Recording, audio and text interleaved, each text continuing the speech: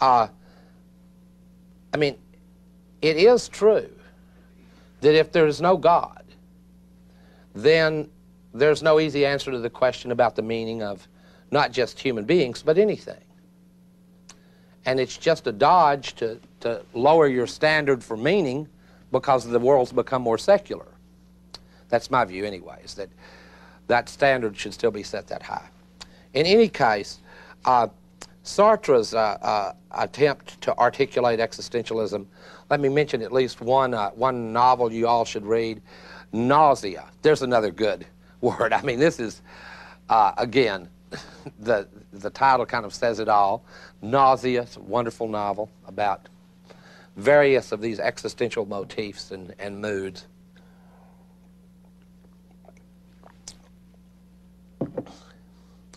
Well, what was supposed to be the glory of existentialism, though, given that its grief was final death, nothingness, the absurd, the moods of it are despair, and so on, well, its glory was exactly along the dimension of freedom. That what this would do, this insight that life had no meaning other than the one constructed by the self, was not only an insight that we had no one to protect us, but it was also an insight that we had no one to stop us. Let me try to state that in the most vicious way I can. Dostoevsky said, he didn't say, his character says in the novel The Brothers Karamazov, if there were no God, all things would be permitted. Now, that's, for the existentialist, both frightening, but then it's also exhilarating in the sense that your life becomes your own construction. So Sartre's view of existentialism was that it meant that existence precedes essence, and that's the famous phrase Sartre has for existentialism. Existence precedes essence. And what he meant by that was that human beings have no essential nature.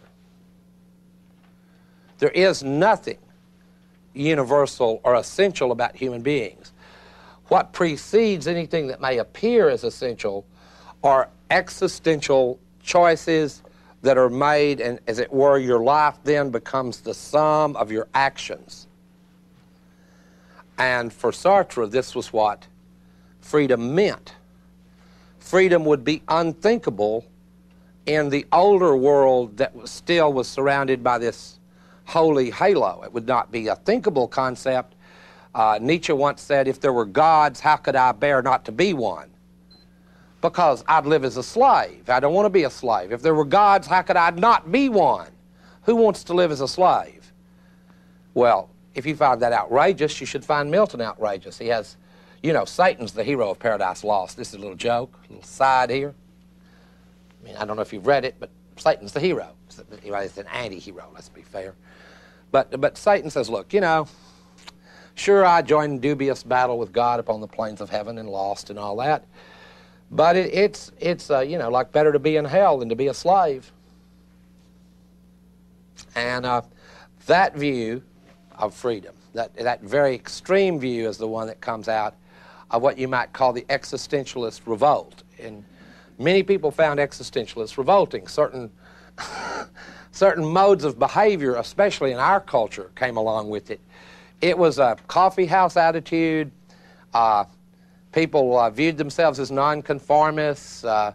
They drank a lot of espresso. They listened to beat poetry, and so on.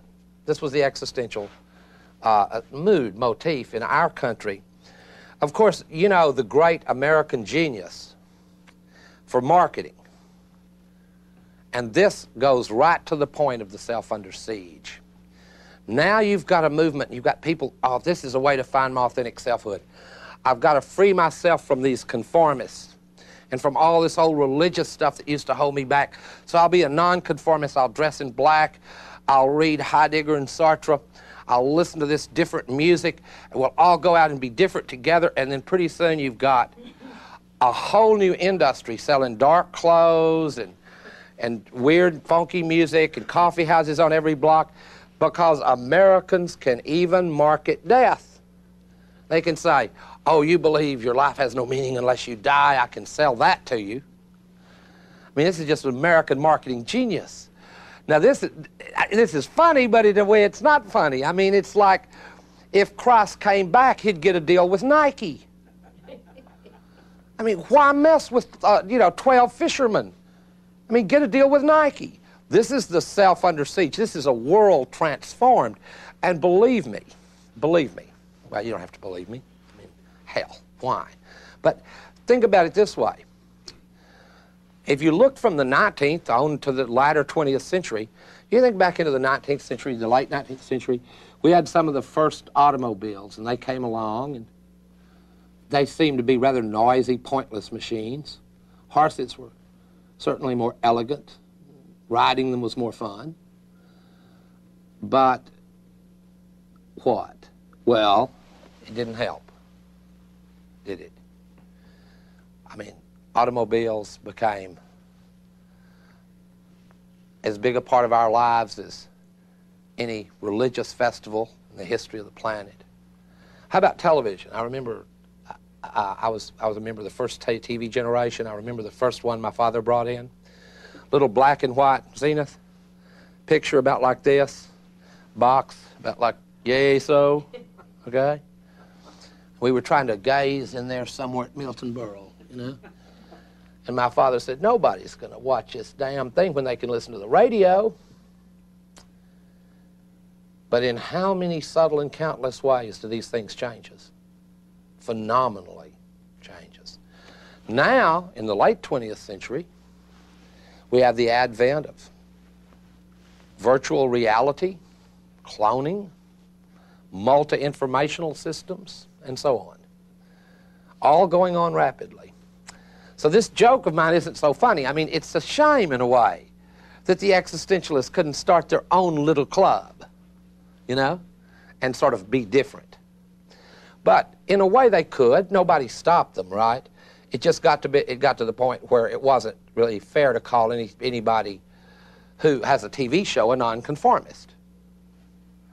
You know, I mean, that wasn't the idea originally. You were going to be a little bit more different than that. This is, by the way, a very familiar cultural trope of trying to find meaning in the United States, and also it's not fair to limit it to the U.S. because our culture, as you know, is becoming a world culture. I mean, this seems to me obvious. It invades other cultures. Its televised images, its movies, its music begins to dominate even the most traditional cultures. And you can drive down through Mexico and you can find that at some villages, even a new Coke machine will be like the totem of the village. Everybody will be around the newest Coke machine talking. So this is a culture that's beginning to, as it were, tell people who they are.